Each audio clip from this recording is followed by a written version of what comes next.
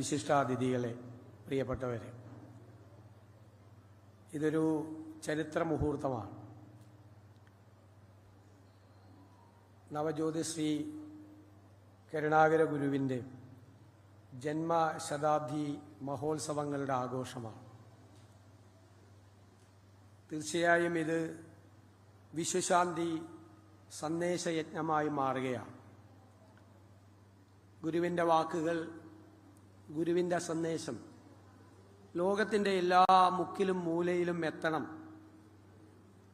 എന്ന സതുദ്ദേശത്തോടു കൂടിയാണ് ഈ ജന്മശതാബ്ദി ആഘോഷം വിശ്വശാന്തി സന്ദേശയജ്ഞമായി മാറുന്നത്.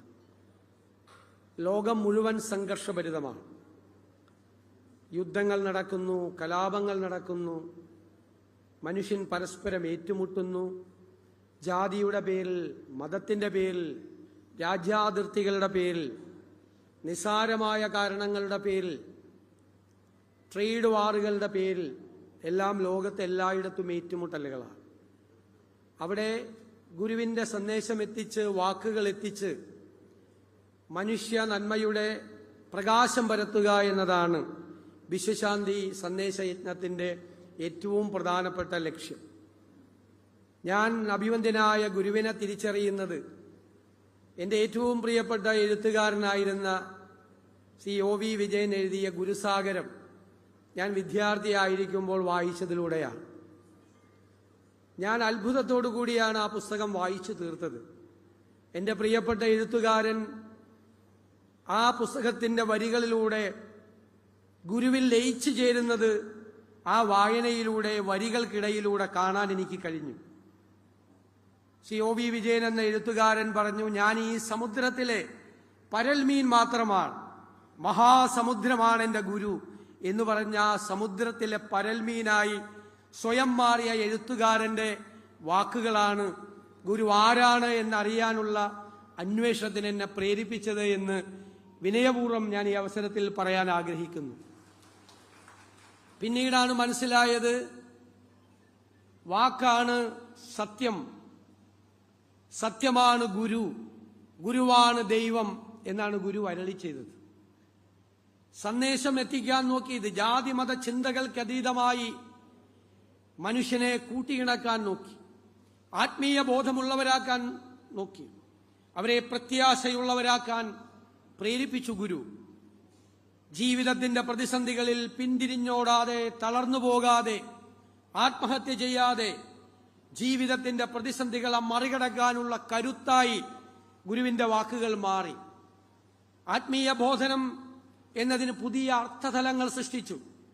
ആത്മീയ ബോധനം എന്ന് പറയുന്നത് അത് പ്രായോഗികതയിലേക്ക് കൊണ്ടുവന്ന് അത് മനുഷ്യ സ്നേഹമാക്കി അതിനെ മാറ്റാൻ ഗുരു ശ്രദ്ധിച്ചു.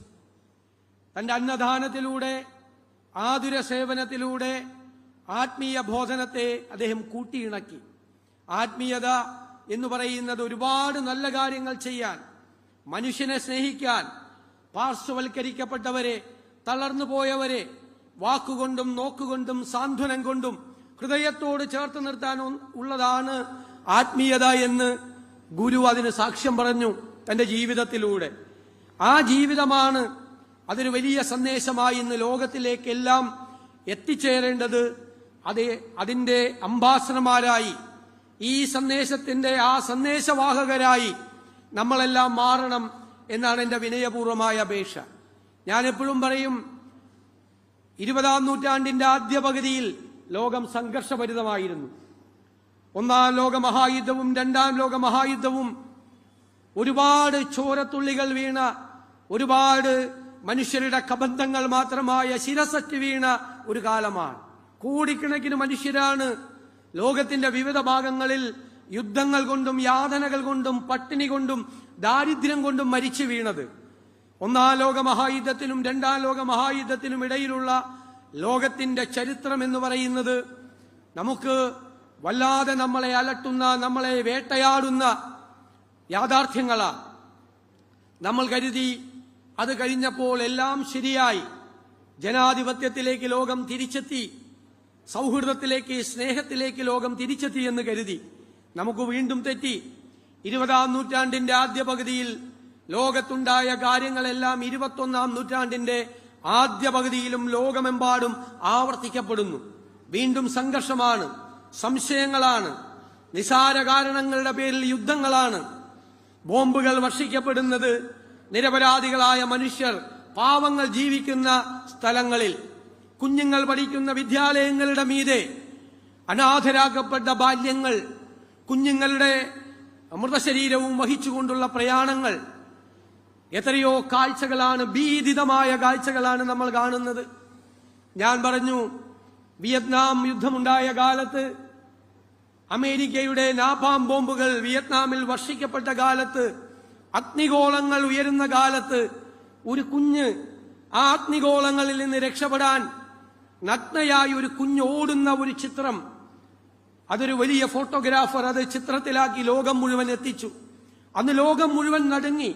ലോകം മുഴുവൻ 50 വർഷങ്ങൾക്ക് മുൻപാണ് ലോകത്തിന്റെ മുഴുവൻ ഹൃദയത്തെ ഉലച്ചു. അത് അമേരിക്കയിൽ ഉൾപ്പെടെയുള്ള ലോകരാജ്യങ്ങളിലെല്ലാം യുദ്ധത്തിനെതിരായ പ്രഖ്യാപനങ്ങളും റാലികളും ഉണ്ടായി.